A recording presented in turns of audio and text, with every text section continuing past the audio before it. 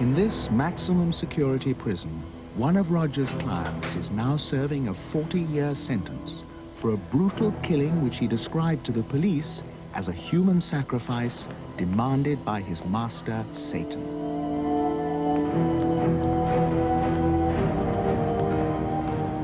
David Trevillo, alias Damien, Dana, Demon Dan, 23 years old, self-styled devil's disciple.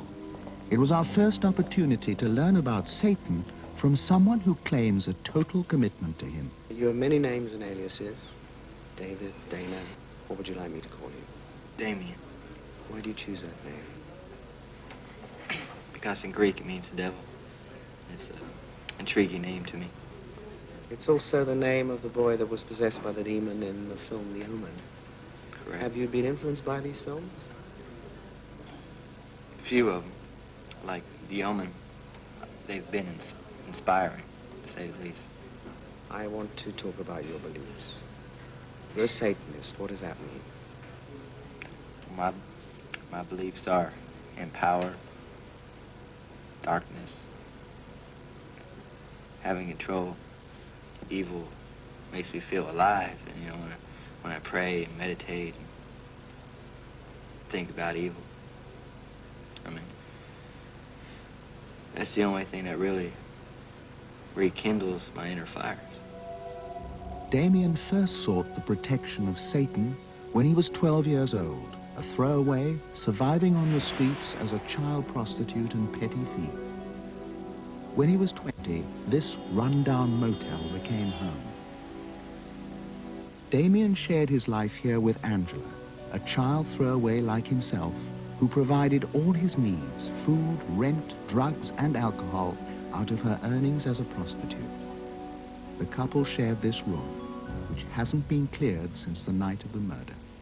I believe it was done by a demon, but it was like I was watching somebody else from a corner of the room. But how did Angela die? Angela died by death of the blade. She was stabbed. Yes, Stabbed how many times? 39 times. Did she say anything to you as she was dying? Yeah, she said, I love you, Damien.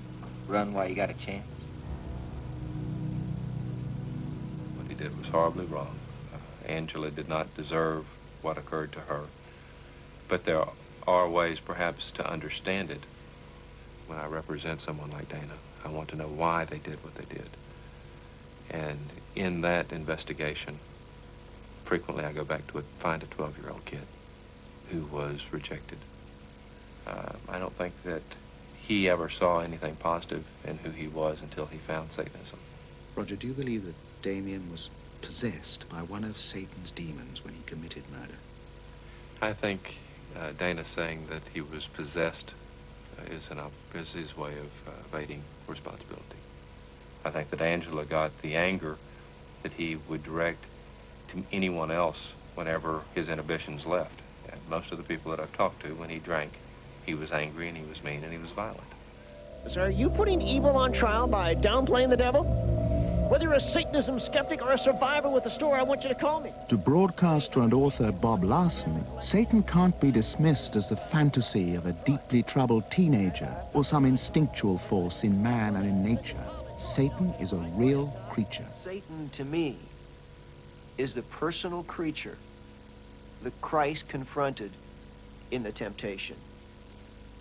He is the personal creature described in both the Old and New Testament as being utterly evil, unredeemable, without a scintilla of good, utterly, totally depraved.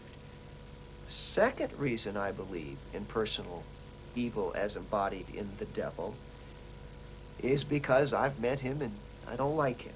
And when I say I've met him, that is, I have seen the end result of what he does in the lives of people. Excuse me, wait a minute. You were raped, and then what did you say? I'm sorry, this is hard. In a daily broadcast syndicated throughout the United States and Canada, Bob Larson counsels those he believes to be Satan's victims. To comprehend their suffering, we have to look beyond the teenagers and the folks from the Church of Satan and believe in a third satanic network, secret and terrifyingly powerful. It is entirely possible that this is, beyond the mafia and any other organized criminal activity, the largest network of evil and organized criminal functioning that exists in the world. They intend to infiltrate the justice system, legislative and executive branches of government, positions of power and authority, and the professions, so that they can take over. After all, they do believe, as the Bible prophesies, that someday their ruler, the Antichrist, will control the entire world. Stories of the secret satanic network are coming out of therapy centers like this in Huntington Beach, California, where horrifying rituals are described every day. Even as a child. Dr. Timothy Maas heads a staff of 18 therapists. Between them, they believe they have discovered over 100 survivors of satanic abuse. For evidence, they rely on the memories of patients like Jolene, who's been diagnosed with a condition called multiple personality disorder. I'm going to ask you to call Cassandra and have her come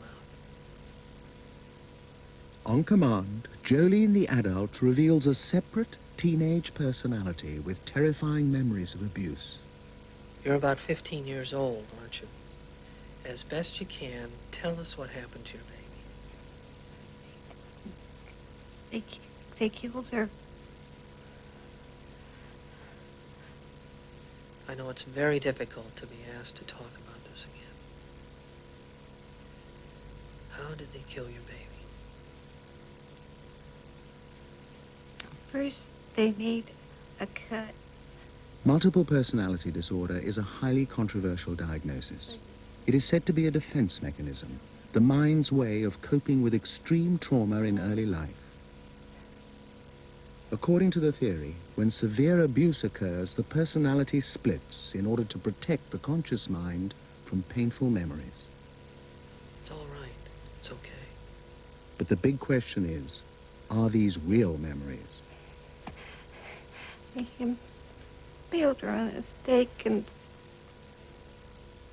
Most clients come in not realizing that they have satanic abuse in their history.